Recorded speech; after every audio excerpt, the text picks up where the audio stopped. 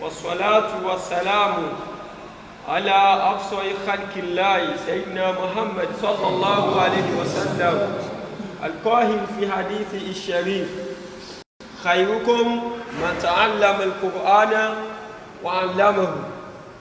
أتوقع فún Ọlọ́run Ọba, ẹ jẹ́ a dúpẹ́ lẹ́ẹ̀kan sí, ẹ jẹ́ kí a dé ọpẹ́ yẹn ládé pé alhamdulillahi rabbil alamin. Atọ́ ìkẹ́ ìgẹ̀ fún aláìlọ́run Ànábì wa Muhammad, àlékún kí Ọlọ́run, àlékún ìgẹ̀ Ọlọ́run, ọlọ́mọ́sàbá mú bá Ànábì wa Muhammad, mọ́sàbá wọlá Ànábì, gbogbo àwọn ará ilé Ànábì Ọlọ́run dákun mọ́sàbá wa kẹ́ wọn. Ànábì wa Muhammad, òun náà nínú sọ nínú àdísì rẹ̀ alákọ̀ọ́lé wípé khairukum man ta'allama al-Qur'ana wa 'allamahu. Ànábì ní ẹni tá a lè lólóore nú yín, ẹni tó lápọ̀nlé tó lọ́lá nú yín, òun náà lẹni tó gbéra tó jáde ńlé tó kẹ́kọ̀ọ́ al-Qur'ani, tó kọ́ ẹ̀kọ́ ìmọ̀ ẹ̀sìn, tó kọ́ ẹ̀kọ́ nípa hadith mi Ànábì wa Muhammad, nígbà tó kọ́ tán tó mọ̀ tó yé wa 'allamahu, òun náà wá kọ́ tán yín wá tó ń kọ́ àwọn mùsùlùmí ẹgbẹ́ rẹ̀, ń fi ń pé àwọn èèyàn sójú ọ̀nà ìsìláàmù, ń fi ń pèpè sójú ọ̀nà tọ́lọ́run Ọba. Alékìkí Ọlọ́run, alékìkí Ọlọ́run mọ́sàbá mú bá Ànábì, kò fi kẹ́ ìkárí àwọn ará ilé ẹ̀, àwọn ìyàwó Ànábì àtàwọn ọmọ rẹ̀ àtàwọn sọ̀hábà, ọlọ́mọ́sàbá sí alékìkí fún gbogbo wọn. Gẹ́gẹ́ bí gbogbo wa bí a ti mọ̀ wípé ní ọjọ́ mẹ́jọ Yaumul Khamis nínú ọgbà wa mọ́kázù wa nílé kéwú wa mọ́kázù Sabili Najat al-Islami ní Ọ̀tà ní bíbà yìí. A gbé ètò kalẹ̀ tàpé ní al-Barnamij al-Thaqafi kó yóò máa jẹ́ àǹfààní fún gbogbo ayé, kó máa jẹ́ àǹfààní fún gbogbo wa, ọkùnrin obìnrin ọmọdé àgbà, tí a máa jẹ àǹfààní ń bẹ. Ọlọ́run kó wá wọlá tànábì táà ń fi ń kọ́ṣe rẹ̀ nínú ilé kéwú wa mọ́kázù Sabili Najat. Eléyìí tí a ń ṣe yìí mọ́sà jẹ́ kí àwọn tí ó ṣàǹfààní mọ́sà jẹ́ kí wọ́n pọ̀ dáadáa wọlá Ànábì wa Muhammad. Nísìn báyìí láláìkò ní gbára wa ní àsìkò, a gbọ́ aya al-Qur'ani Karim, a gbọ́ nínú kan nínú àwọn ọmọ akẹ́kọ̀ọ́ wa nínú ilé kéwú wa mọ́kázù Sabili Najat al-Islami Ọ̀tà, at-Talib Habibullahi Busayri, falyatafaddal mashkuran. السلام عليكم ورحمة الله وبركاته.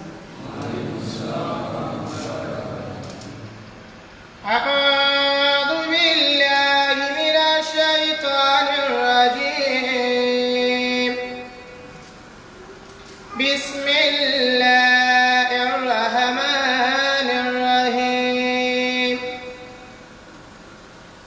ومن الناس والدواب والأنعام مختلف ألوانه كذلك إنما يخشى الله من عباده العلماء إن الله عزيز غفور. إن الذين يتلون كتاب الله وأقاموا الصلاة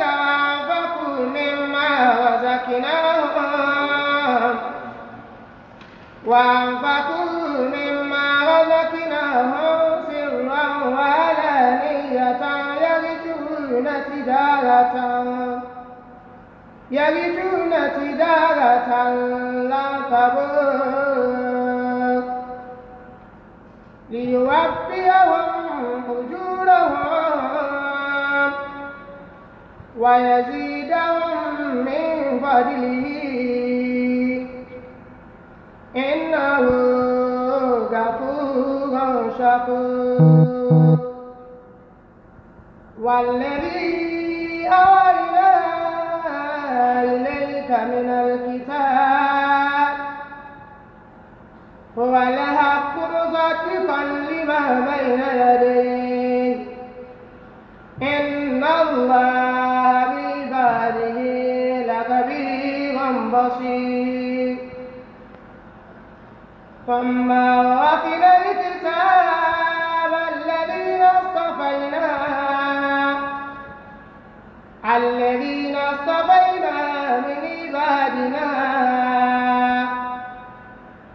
فمنهم ظالم لنفسه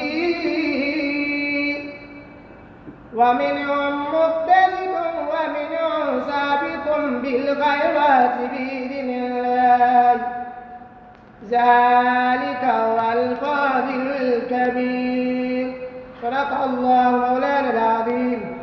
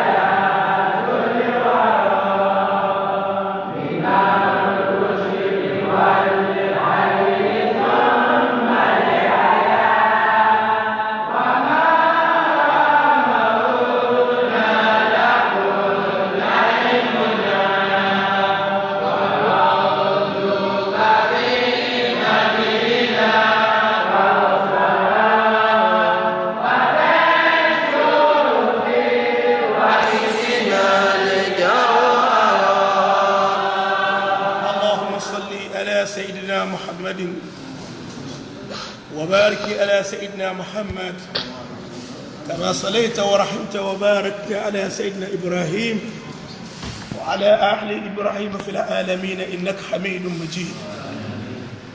أدوكلا دولون عليكم كيولون عليكم كيوما با أسواجوا هي أسواجوا Ànábì wa Muhammad àwọn ẹni Ọlọ́run èyí tí agbàṣẹ fún inú àwọn tí a gba ojú ọ̀nà àwọn tí wọ́n tọ́wọ́ tí wọ́n rèwọ́ àwọn àlùfáà wa gbà Maulana Sheikh Adam Abdullah Al-Ilory ẹ jẹ́ kí a panupọ̀ bí a bá ní lockdown wà tí a sì ń lè kéwú kìí ṣe pé kí a máa kẹ́kọ̀ọ́ ní gbogbo ọgbà àwa tí a wà nínú ọgbà tá ń gbé bí àtàwọn tí wọ́n ń wá tí wọ́n ń lọ nígbàtí Ọlọ́run kọ àkọọ́lẹ̀ pé àtúní máa ríra wa mọ́ lẹ́ẹ̀kọ̀ọ̀kan tá a bá ríra báyìí ká máa ṣàǹfààní fún wa ká sì máa ṣàǹfààní fún gbogbo ayé kọ̀ wá síbi táà ti máa mú àǹfààní náà tọ́tayọ gbogbo àǹfààní tí bàbá Maulana Sheikh Adam Abdullah Al-Ilory tí wọ́n ti gbé kalẹ̀ ẹjá àpànùpọ̀ ṣe bismillahi qul huwallahu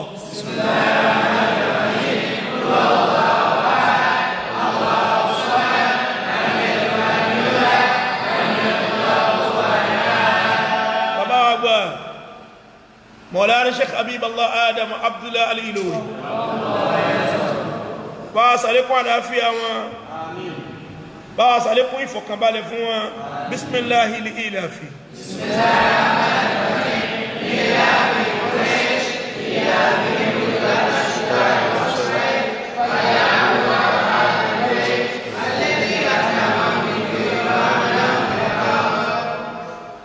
àwọn àgbàlagbà tí a tara wọn jáde bá a sàlékún kí àwọn bàbá wa gbà مولانا شو يا تتا بسم الله قل هو الله بسم الله قل هو الله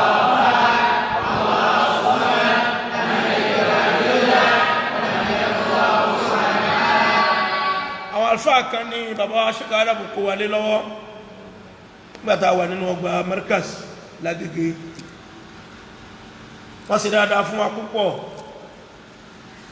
nínú àwọn dáadáa tí wọ́n ṣe fún wa òun náà làwọn náà fẹ́ máa fi ṣàǹfààní fáyé tẹ́ tó fẹ́ máa gbọ́ yìí ìgbẹ̀yìn hayatu Mawlana murabbi Sheikh Adam Abdullah Al-Ilori òun làwọn bá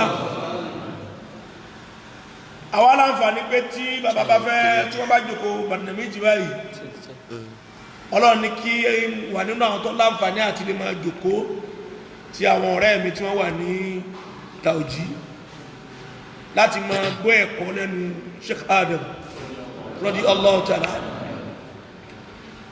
tí bàbá bá ń kọ́ wa lẹ́kọ̀ọ́ èèyàn máa ń pé ẹni tí ń sọ̀rọ̀ yìí ẹni tó jogún àwọn ànábì Ọlọ́run ni torí bí bàbá bá ti ń sọ ní ọmọ wọnú ẹ̀mí yóò sì máa tàn mọ́lẹ̀ sínú ọkàn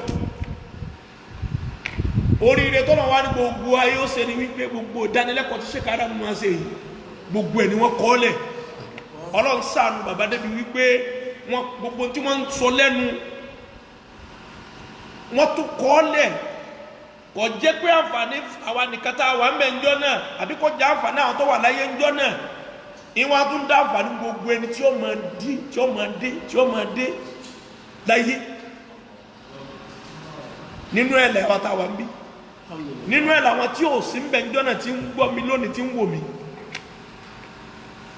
Ọlọ́run gbogbo wa táwọn bá ti ń lo mímọ̀ máa bá a sàlékún kẹsẹ̀ káàdùn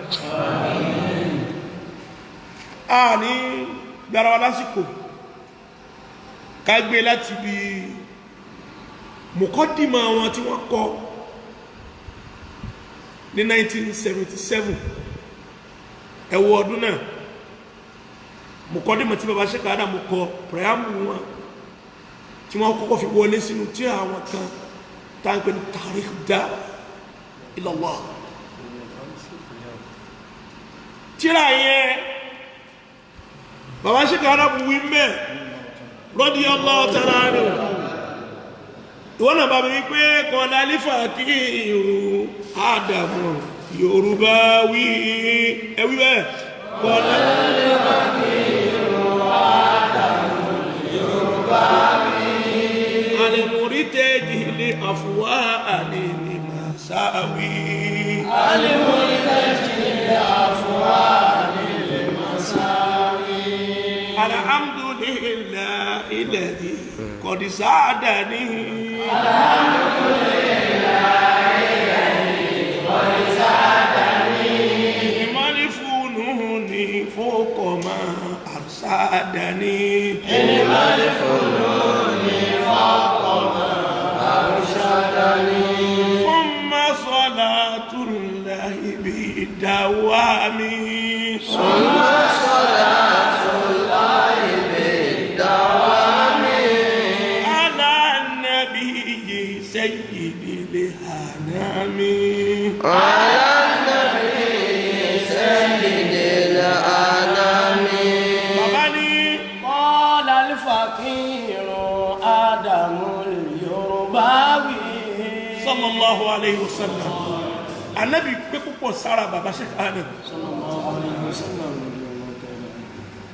tí n bá fojú wo èmi tí ń sọ̀rọ̀ yìí alàlà àkọ́lì ó ti lé lọ́dún mẹ́ẹ̀ẹ́dógún tí wọ́n ti fi ṣéhù sí bí okọ̀ mi tí sí ń gbà bàbá Sheikh Adam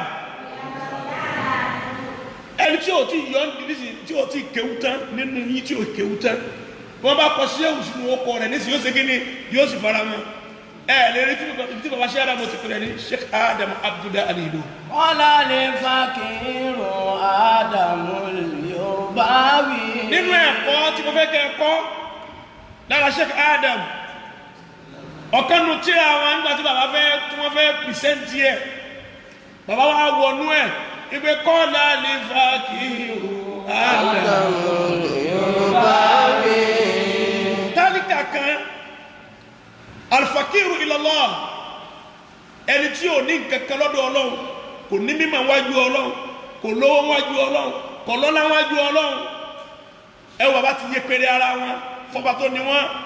alimuriteji li afwaani li masawi al-Yorùbáwí bàbá lè boost láàrin gbogbo ayé pé ọmọ Yorùbá lòun radiyallahu ta'ala anhu wọ́n lè boost pé ọmọ Yorùbá làwọn bàbá ò fi jínsù wọn ò fi pamọ́ pé ìran báyìí ni mo ti jáde, ìran tó produce mi ni.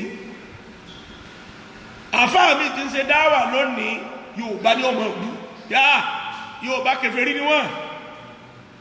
Bàbá lè sọ fáyé pé Yorùbá làwọn. Bàbá wa ní táwọn ọ̀ràn kan lọ́dọ̀ ọba tó ní àwọn. Al-Murtaji lil afwani lil masawi. Kò síbẹ̀ yóò ti sìn tó tí ò ní tẹ́rí ò ní mì. Gbogbo àṣìṣe mi ń wá àforíjì lọ́dọ̀ ọba tó ní mi. Alhamdulillahi alladhi qad sadani Ilmal fununi faqa ma arshadani. Bàbá wọ́n fi ọpẹ́ fún Ọlọ́run. Alhamdulillahi gbogbo téèyàn bá jẹ́ láyé gbogbo fíṣẹ̀ tó bá bára rẹ̀ máa dúpẹ́.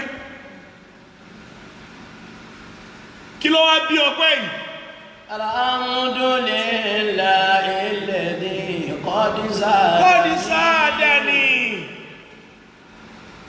Ọlọ́run lé mi púpọ̀.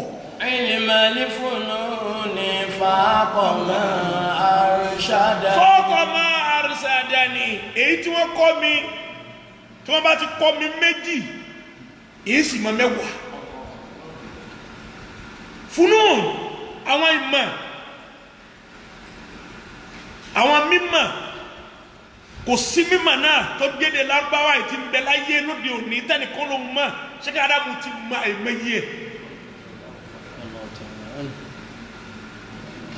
Lẹ́yìn pé wọ́n mọ̀, lẹ́yìn pé wọ́n fi kọ́ yẹn, wọ́n tún wá kọ́ lẹ̀ fọ́gbọ́ àwọn jẹ́rù tí ń bọ̀ káwọn náà máa ṣàǹfààní ń bẹ̀, òun lẹ́yìn náà ṣàǹfààní.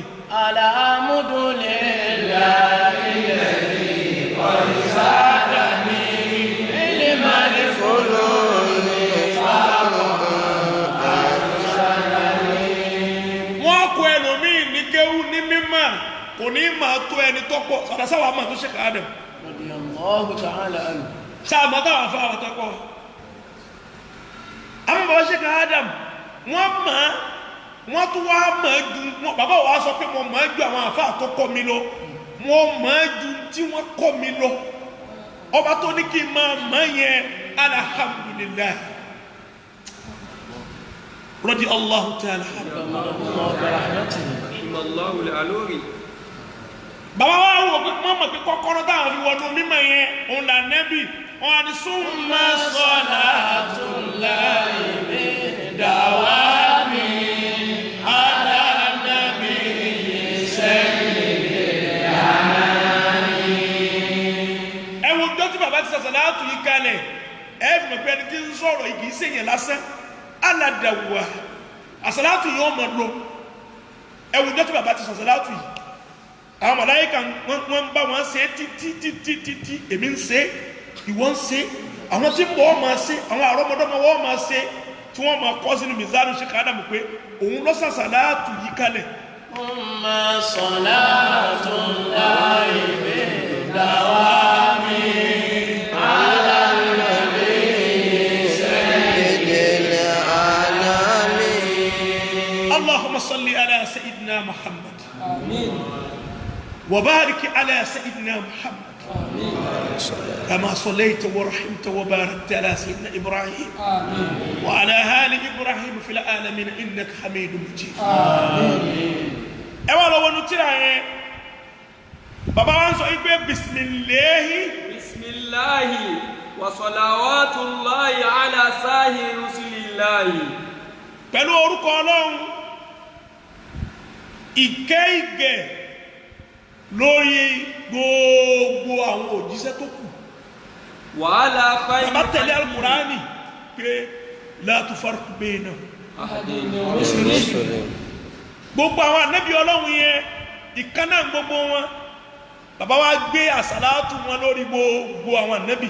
wàhálà khayri khalqihi Muhammad. àsàlátù tí mo ń ṣe yìí ala khayri khalqihi Muhammad bin Abdullah lórí ẹni tí wàá fi lóore ju gbogbo ẹ̀dá tọ́lọ́run dá òun náà lànàbí Muhammad. bin Abdullah wa ala alihi wa sahbihi wa man walahu. àsàlátù yẹn lórí àwọn sàábẹ̀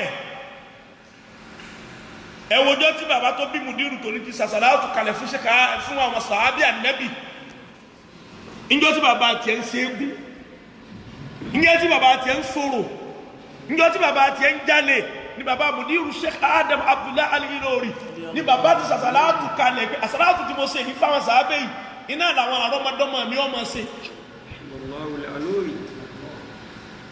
àwọn sàábẹ̀ tí wọ́n ní Mùdírù ń sọ kankan pa wọn tí ò yé wọn ẹwọ ọjọ́ tí Sheikh Adam ti sàṣàlátù kalẹ̀ fáwọn sàhábà àṣàlátù tí mo ń ṣe yìí ìkẹ́ ìgẹ̀ ikọ́ máa bá gbogbo àwọn sàhábà àtàwọn ará ilé Ànábì èyí tẹ̀mí wá ṣe iná làwọn ọmọ mi ọmọ ṣe àrọ́mọdọ́mọ mi ó sì máa ṣe òun bàbá fi sọ pé súnmọ́ sọ́nà tó láì lè dáwà ní alálẹ́bí sayyidil alamin.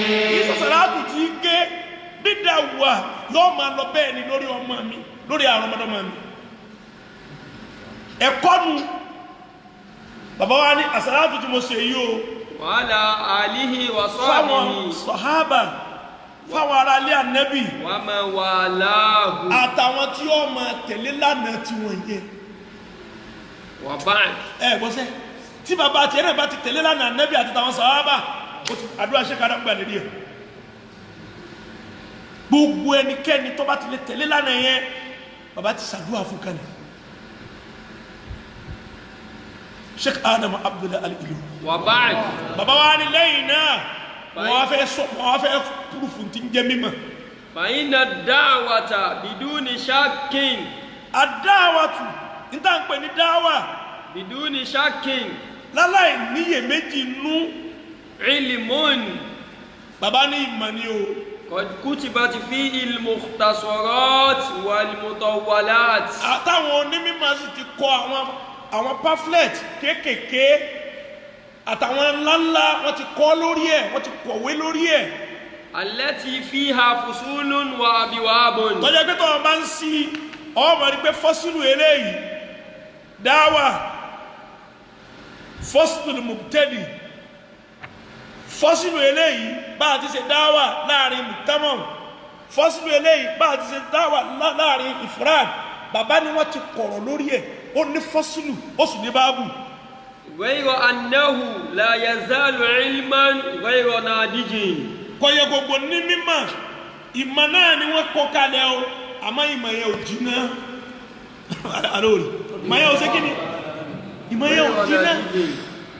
ala hini annahu qad nadijat ulumun kathiratun hatta tarakot. torí gbà táwọn ṣẹ̀ṣẹ̀ ń kọ́ mímọ̀ ìgbé bá ti máa pèpè sójú ọ̀nà Ọlọ́run ní ìwọ́n tó ń gbọ́ mi fi etí mímọ̀ etí ìmọ̀lẹ̀ fi gbọ́.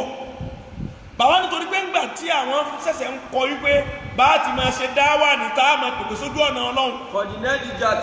àwọn mímọ̀ míì ulumun kathiratun. àwọn àìmọye mímọ̀ nadijat. tí wọ́n ti kọ tírà ń pẹ̀ táwọn èèyàn ti stọ́dí ẹ̀ wọ́n ti jìnnà. hatta tarakot. àwọn jìnnà débi pé àsìkò ni àwọn ti ń jóná yẹn pé àwọn mímọ̀ míì ti gbà wájú. àsìkò táwọn àfáà ṣẹ̀ṣẹ̀ ń kọ tírà pé bá ti máa ṣe dáwà ní tí wọ́n ń kọ mímọ̀ rẹ̀ àwọn mímọ̀ míì ti ṣáájú. gbọ́sẹ́ bẹ́ẹ̀ bá lọ ka history èmi ṣe history gbà mọ́ wọn school tẹ́ bá lọ ka history máa rí pé àwọn tí wọ́n kọ ìmọ̀ geography wọ́n ti kọ mímọ̀ ń pẹ́ for the years. àwọn tí wọ́n kọ physics wọ́n ti kọ́ àwọn tí wọ́n kọ ilmu biology wọ́n ti kọ́ láì mọ iye ọdún kó tó di pé àwọn àfáà Islam wọ́n ṣẹ̀ṣẹ̀ wá bẹ̀rẹ̀ sí kọ tírà pé èèyàn kan lè sọ pé wọ́n kà máa ṣe dáwà láláì ní sílábọ̀sì láláì ní mọ́ní ájú tí wọ́n máa tẹ̀lé àsìkò ni àwọn mímọ̀ kan ti ṣe kí ni àwọn ti jiná débi pé wọ́n ti ń jóná mọ́nu kòkò.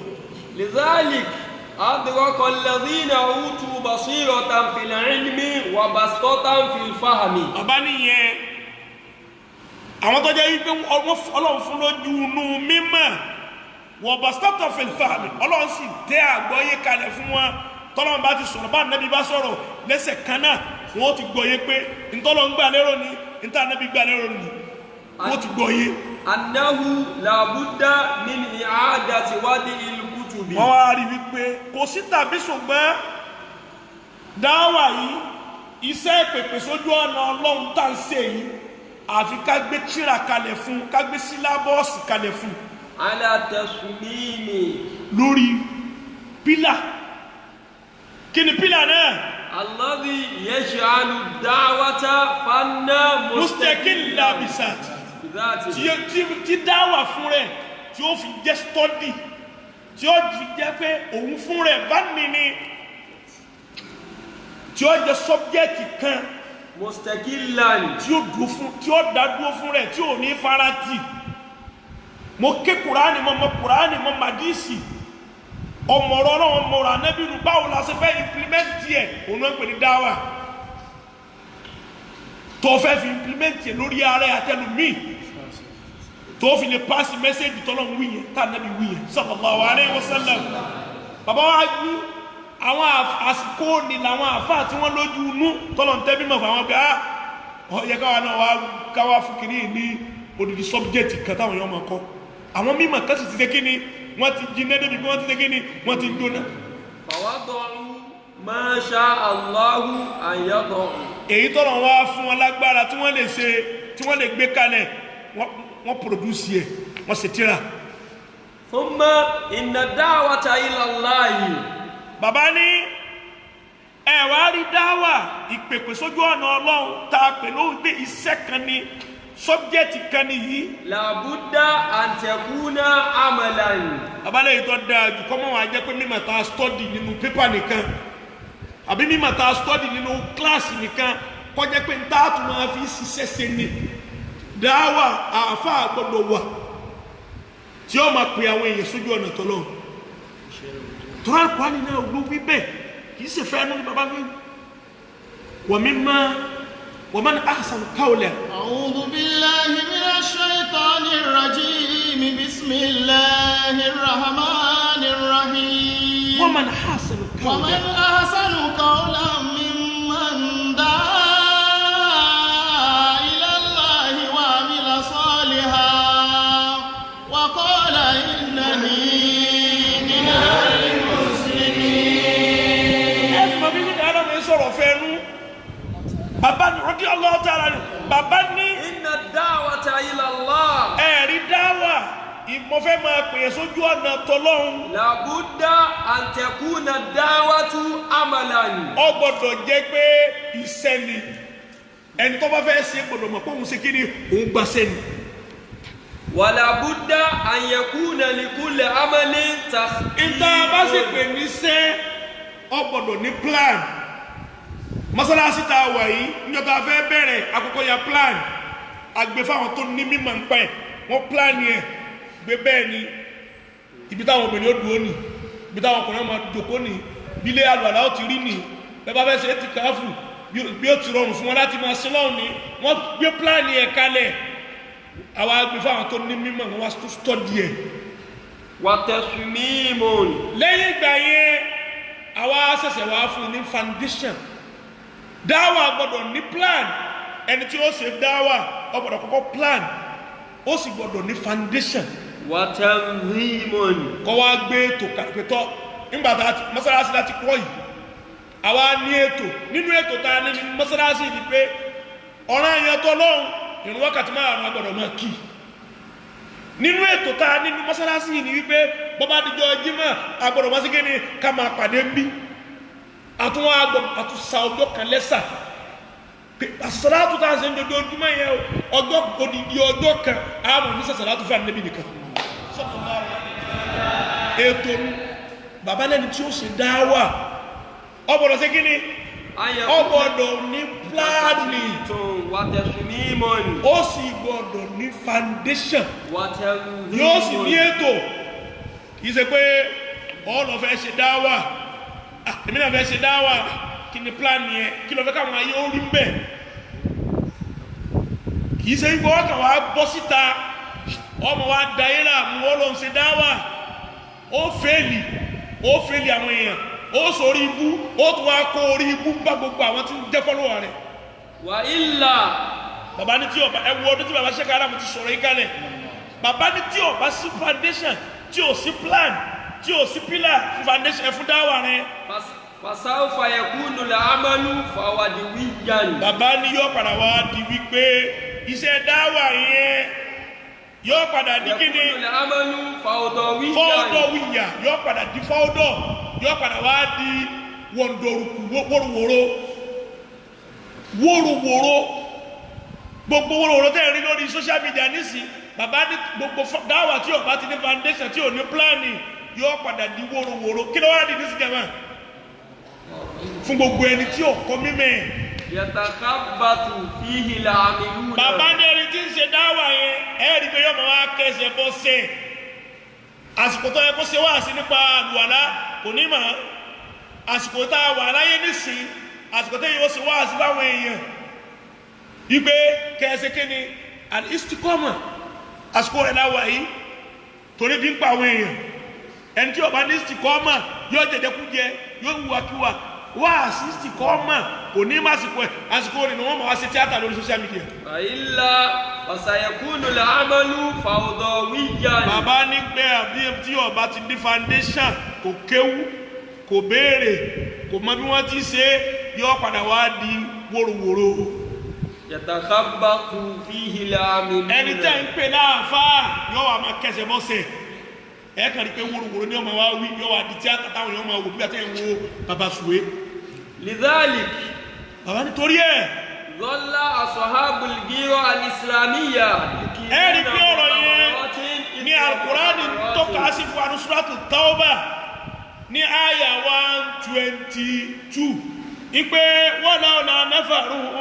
ma kana limu'minuna liyanfiru kaffa walawla nafara min kulli firqatin minhum ta'ifatun liyatafaqahu fid-din wa liyunziru qawmahum idha raja'u ilayhim la'allahum yahzarun wa ma kana limu'minuna liyanfiru kaffatan. Al-Qur'ani ní gbogbo mùmínì kí gbogbo yín kó lè jáde pẹ̀lú ọ̀jagun kì í wá sógun ban kì í sógun ọkọ̀ tí wọ́n ti dà láyé Ànábì ni làwọn àwọn àfáàsì ọ̀tún wa nígbà tí mo ti kéwú mo fẹ́ ṣe jihadu ni ẹ pa gbogbo ayé rẹ̀. kana limu'minuna liyanfiru kaffatan. Al-Qur'ani ní gbogbo yín ò ní máa jáde ẹ wà ní gbogbo yín náà lẹ́fẹ̀ẹ́ lẹ kéwú lẹ́fẹ̀ẹ́ ṣe dáwà kò rí bẹ́ẹ̀ o.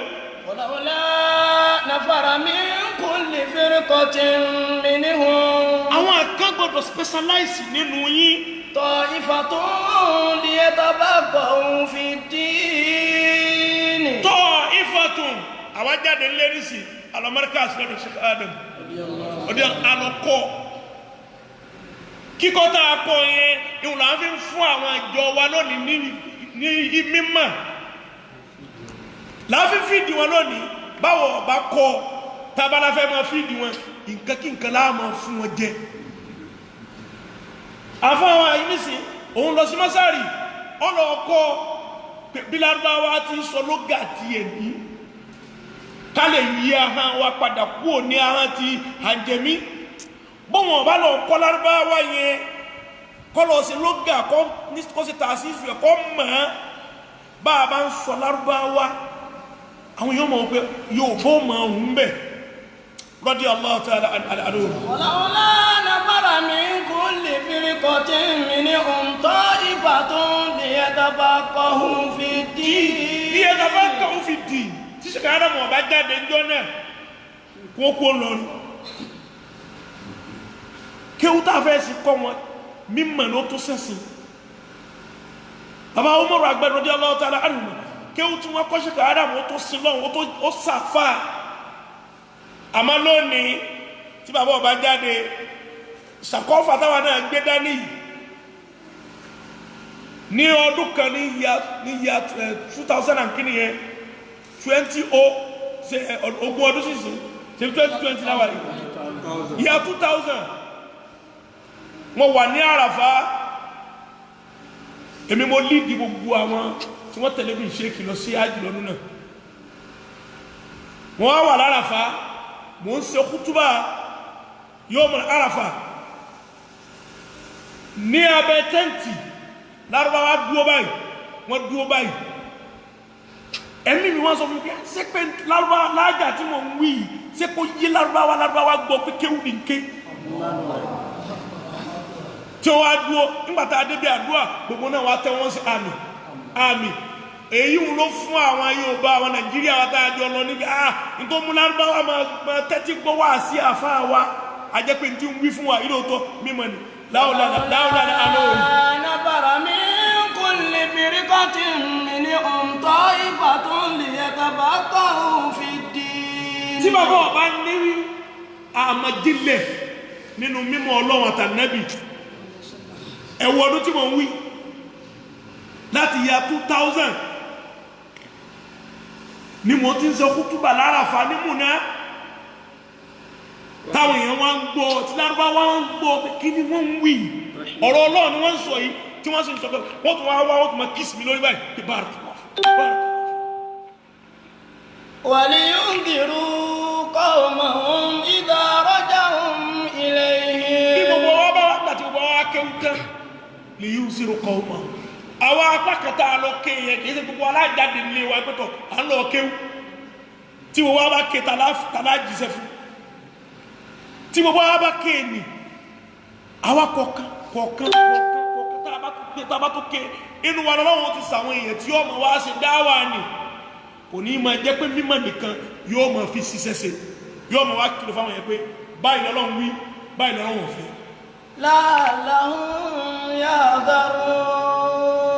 ní títorí pé tí wọn ní mímọ̀ bá ń dé máa ń ṣe wá sí kìlọ̀ ìyà fún ni èèyàn gbọ́ torí kò ní sọfẹ́nu kò ní sẹ́pẹ̀lẹ́ èèyàn kò ní bú yẹn sallallahu alayhi wa sallam yóò ti gbọ́ kí làdísì ànábì wí yóò sì gbọ́ Al-Qur'ani yé ní bàbá fi ń sọ kọ́lá ní fàákì irun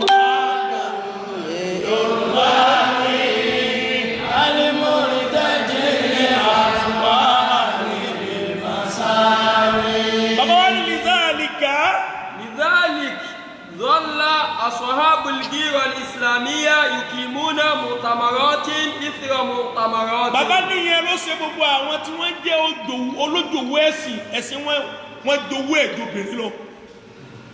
ìwọ àfáàtọ̀ ẹ̀kú tó ń ṣe dáwà nísìsiyìí tó ọmọ kéèsì obìnrin nínú ọ̀rọ̀ rẹ̀. àbígbà tá a bá lọ ń ṣe dáwà tí wọ́n sọ fẹ́ tí ń ta obìnrin tí ń ta kírímù pé sẹ́ẹ̀dì kírímù sí ohun tó wọ́n fi máa parun gbọ̀n ṣe ẹgbọ́n kí ni mú rìflẹ́tì fáwọn èèyàn ẹ̀sùn tí tó fẹ́ kó rìflẹ́tì lẹ́yìn àwọn ẹ̀gbẹ̀ àbá àti pé pèsè yọ̀nà ọlọ́run gan òun gan ta sáwọn obìnrin lórí kíní ni obìnrin tí ń bá sọ ọ̀rọ̀ yẹn kí ló fẹ́ gbé sí ọ̀rọ̀ lọ́run ní gbé sínú ọkàn rẹ̀ yẹn àbọ̀ fẹ́ fi kíni ó fẹ́ tẹ̀sí ẹ̀mí ẹ̀ jàmá bàbá ní àwọn tí ó ẹ̀sìn wọn jẹ lógún tó yẹ pé òdòwú ẹ̀sìn tí wọn. yukimuna mu'tamaratin ìfẹ́ mu'tamaratin. wọ́n wá bẹ̀rẹ̀ sí kóra wọn jọ yukimuna mu'tamaratin. wọ́n wá bẹ̀rẹ̀ sí organize conference. ìfẹ́ mu'tamaratin. bí wọ́n bá gbé ti organize ọ̀kan ní Egypt ni wọ́n organize ẹ̀ ní Libya ni wọ́n organize ẹ̀ ní Tunis káàkiri ayé alamul islami wọ́n bẹ̀rẹ̀ sí organize ẹ̀. wàyàkìdúnà nàdàwátì tìlúwà nàdàwátì. bẹ́ẹ̀ ni wọ́n máa organize seminar tí wọ́n bá ti ń parí seminar kan ìjọba yà á tún seminar mi o kí ni wọ́n organize torí ẹ̀ organize ẹ̀. ìjàmùrí àrọ́yì asọ̀hábì tajáwùrù. asọ̀hábì tajáwùrù la ilaha illallah. gbogbo àwọn alamul islami yìí àgbáláyé islam látorí Saudi Arabia níjọ́ náà wọ́n bẹ̀rẹ̀ sí organize conference àti seminar wọ́n wá ń kọ́ gbogbo àwọn àfà àwọn àfà tí wọ́n ń ṣe dáwà tí wọ́n káàkiri àwọn ìlú wọn tí wọ́n ti ní experience dáwà experience tèmi ní Nàìjíríà tí mo ti ń ṣe dáwà tèmi wọ́n yá ti sọ̀rọ̀ ẹ̀mí tó wà ní South Africa mo lọ ṣe wáàsí ní Ireland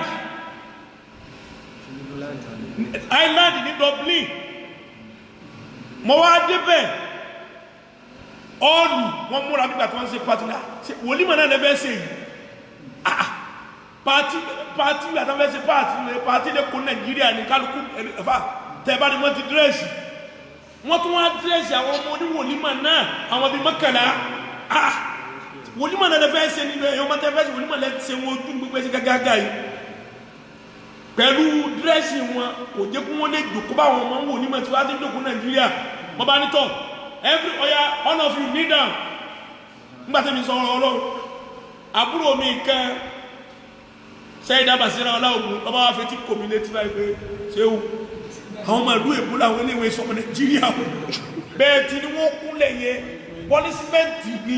pọ́nísímẹ́ǹtì yẹn sì ní ó lè mọ́mọ́ mi kọ́ sọ pé òun ò ní ṣe wòlímọ̀ yẹn mọ́ ọba yà ọyá everybody stand up ẹ̀yà àdìdè kí n wá fi bébì ṣe ń ṣe dáwà tèmi ń bí kí n níbẹ̀ ni mo fẹ́ fi ṣe dáwà ní Dublin ní Ireland sẹ́mi kó máa fẹ́ yìí ọlọ́mọdé àfẹ́ yìí bàbá ní wọ́n wá kó àwọn onímímọ̀ tí wọ́n ti ṣe tí wọ́n ti dán wò tí wọ́n ti ń ṣe dáwà nílùú tí wọ́n. ní ikọ́ ọmọ ti dáwà tì. ẹ bó ti rí yìí ẹja gbé ètò kalẹ̀ bá ti máa pè sójú ọ̀nà Ọlọ́run.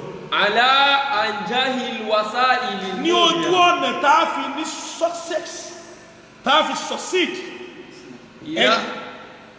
ìlà asmaligayati. tá a fi débi tó ga tọ́lọ́run fẹ́ ká dé ojú ọ̀nà pẹ̀lú sójú ọ̀nà tọ́lọ̀ ń fẹ́ ká dé aláti ní syllabus aláti ní strategy àwọn afọ wọn wá pèpè bàbá ṣe kàádà ní káàkiri ayé ni wọ́n ti pe àwọn asáàbù tẹ́kì liqamati da'wati ala anjahil wasailil mudiya ila asmal ghayati táàfin lè rí rìsọ́ọ̀tì tààfẹ́ rí táwọn yóò fi lè gba Islam wà áàkìrù àdíhìl mọ̀tàmọ̀rọ̀ tí wà àwọn kọ́nfẹ́rẹ́sì tó tóbi jù lágbàáyé ní àsìkò tó sì jẹ́ àsìkò ní nígbẹ̀yìn ìgbàtẹ̀mí Adam Abdullahi Al-Ilory tí mo fẹ́ kọ tírà yìí hatta waqti ikhraji tab'ati thaniya min hadha al-kitab tí jẹ́ second edition kìí ṣe first edition tí tẹ̀lé kejì tí mo fẹ́ kọ́ nínú tí ọ̀nà táyà tó máa fi gbá pèpè sójú ọ̀nà Ọlọ́run ni. wà mọ̀tàmọ́rù ìdádì du'ati al-mun'aqad bàbá ní jami'ati al-islamiyya bil madinati al-munawwara bàbá ní èyí tí wọ́n organize fún wa ní Islamic University ní Madinatul Munawwara bàbá ní ọdún yẹn Sheikh Adam wà nù wọn níbo bàbá tiẹ̀ wà tí Madinatul Munawwara alam al-islami wọ́n ránṣẹ́ sí Sheikh Adam Abdullahi Al-Ilory ní Nàìjíríà pé máa bọ̀ ní Saudi Arabia ọya wá fún wa ní experience tiẹ̀ kálẹ̀ fi gbé syllabus kalẹ̀ fáwọn ọmọ tí wọ́n mọ̀ pẹ̀lú sójú ọ̀nà Ọlọ́run nínú ọdún 19 ìsádàtì alifin wà fàlàfù míà wà sábúà wà ti sìyínà ìjìríyà ní 1397 ìjìríyà ó sì dèédé ọdún 19 ìsádàtì alifin wà ti sìyínà míà wà sábúà wà sàbòyínà mìládìyà ní ọdún 1977 70 kí ni mo pé 77 gbogbo àfáà tí ń bọ́ta lórí tí ń pèrè ní nǹkan bàbá tó bí níbo lọ́wọ́ àjọ náà alamul islami àgbáńláyé islamu mọ̀ pẹ́ẹ́nì kan bẹ́ẹ̀ ti jẹ́ Sheikh Adam Abdullahi Al-Ilory wọ́n ránṣẹ́ sí bàbá ìgbóyà máa bọ̀ kìí ṣe léyìn àkọ́kọ́ o bàbá léyìn táwọn ṣe gbẹ̀yìn nígbà táwọn fẹ́ kọtíra yìí ẹyọ 43 years kó nu ọjọ́ orí mi gbogbo àtàwọn fíìdì lónìí kò tí ì ṣe tó ti kọjá 60 years nínú wa tẹ́ bá yọ 43 kú ònú 60 years mélòó ló kù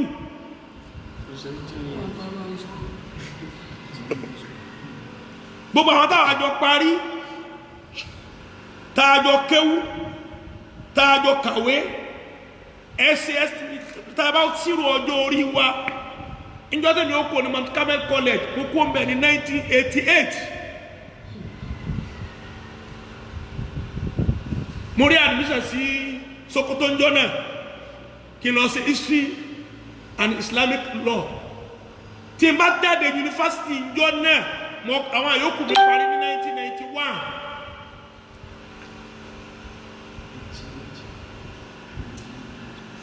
jama ní 1991 yẹn ẹni tó ti di director tó ti dìgbà tó ti dáwó director tèmi náà gbogbo kò tí alhamdulillah ẹwọ́dún Sheikh Adam tágbà ayé kàtí mọ̀pẹ́ nìkan bẹ̀ tí ń jáde alóòrì jami'ati islamiyya bil madinati al munawwara ní Madinatul Munawwara ló jẹ́ ká ní bàbá sọ lẹ́nu lásán ni wọ́n ní irọ́ ni wọ́n pa irọ́ làwọn mẹ́ríkàsì pa bàbá kọ́ lè ní lọ gógù ẹ̀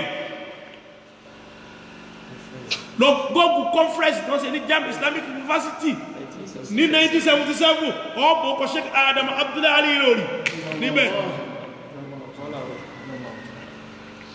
Sheikh Abdulrahman Saro ọlọ́mọ àṣàlùkùn kẹwọn nígbà tí wọ́n fẹ́ kọ́ wa ní mìíràsù wọ́n ní àwọn ní fọ́sẹ̀t nígbà tí wọ́n dá Islamic University of Medina lẹ̀ àwọn ní fọ́sẹ̀t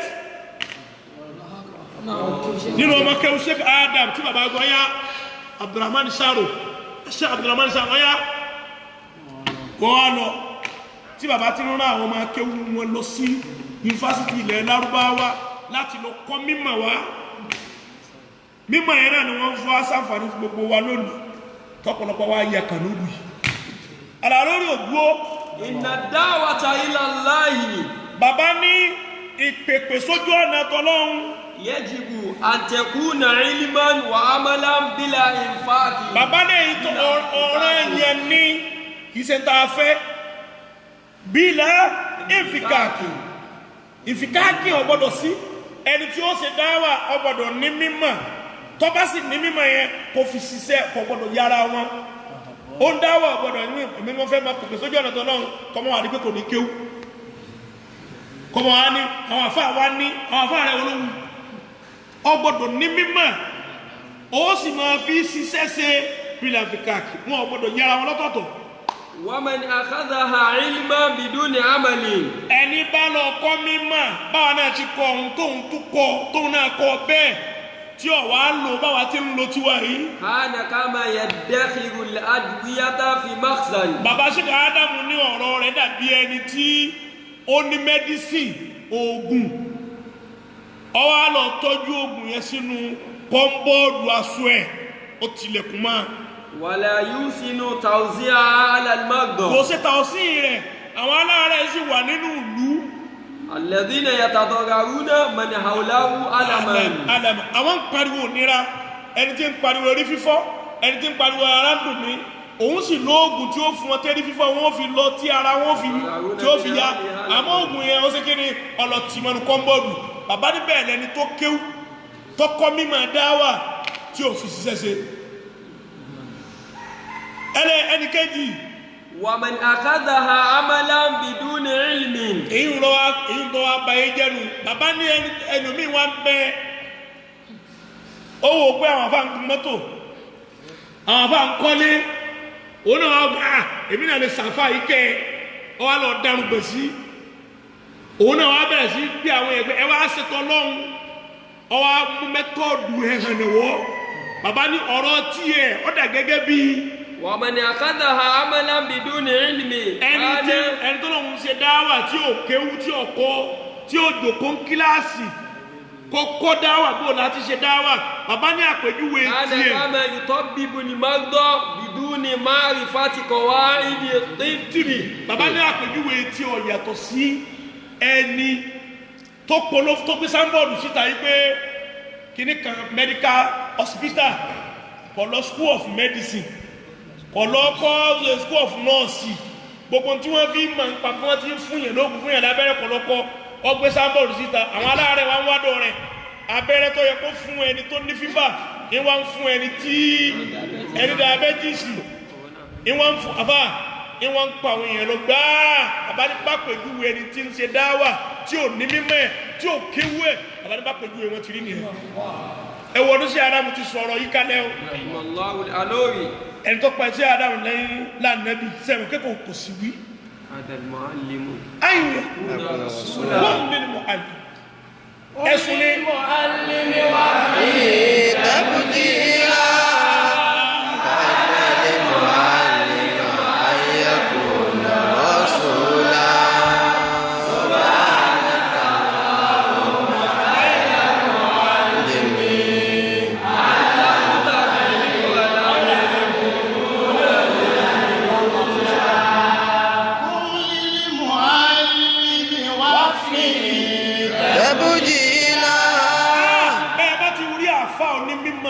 máa dìde gbá òun kẹ́ ń dìde fún bọ́ọ̀dì kọ ìmọ̀lá ń dìde fún.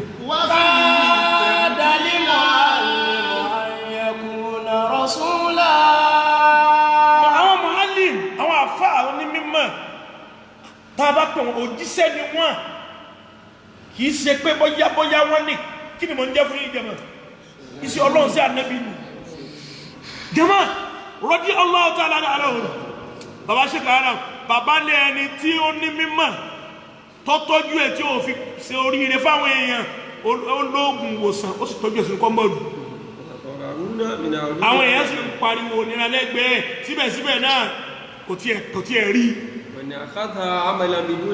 bàbá lẹ́ni tọ́wọ́ wá tóun bá wá tọ́lọ́ ń pa àwọn èèyàn sójú ọ̀nà ọlọ́run tí ò ní mímọ̀ ọ̀dà gẹ́gẹ́ bí ẹni tí ń fún àwọn aláìsàn tọ́lọ́ ń tọ́jú aláìsàn kò sì nímọ̀ pa ẹ̀. ومن جمع في الدعوة بين العلم والعمل bàbá rẹ̀ bá wá lóun ṣe dáwà òun pé kò sójú ọ̀nà náà tó pèrè láàfà táyé ó sì mọ̀pá àfà ni tí ó sì sórí ayé àti tọ̀run òun náà lẹni tó ní mímọ̀ tí sì ń lò ó.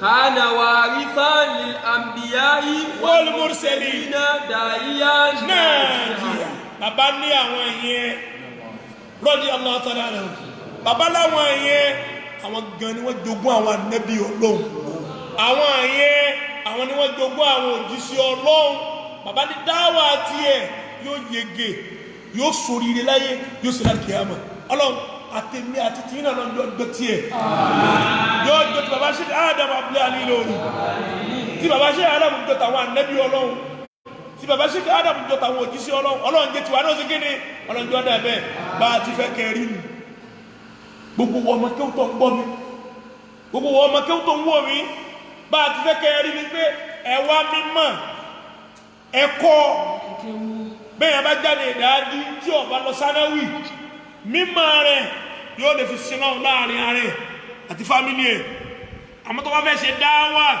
ó tún lọ ka sánáwì ni torí bẹ́ẹ̀ ló ti kọ́ àwọn sọ́bjẹ́ẹ̀tì tí wọ́n fi ṣe kéde tí wọ́n fi ṣe dáwà ẹni tó lọ́n bá sì gbà fún tọ́lá tó lọ jámíà tó tún fi kún tọ́lọ̀ sí tàṣíf lóga ní kíníkan ní àmẹ́ni tí ó ṣe dáwà náà mọ́ lọ ṣe lóga kọ́ ni yóò fi jòkó ti dáwà yóò kọ́ dáwà náà mọ́ ọlọ́run àtàwátà ń wí àtẹ̀yìntẹ̀ ń gbọ́ ọlọ́run jọjọ sí wọ aláǹfààní láti jọ fi sórí rí ayé àtàlùkìyàmà ọlá subhana rabbika rabbil izzati amma yasifun wa salamun ala al-mursalin walhamdulillahi rabbil alamin sabilun